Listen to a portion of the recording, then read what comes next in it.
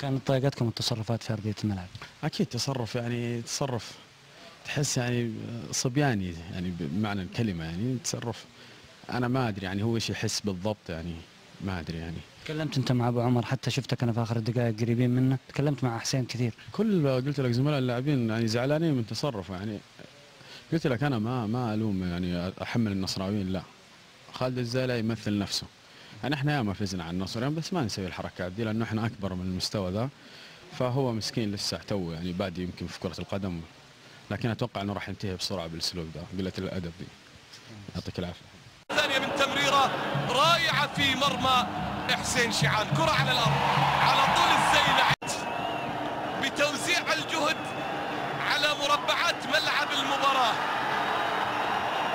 لكسب الوقت. النصر يتقدم بهدفين لهدف واحد.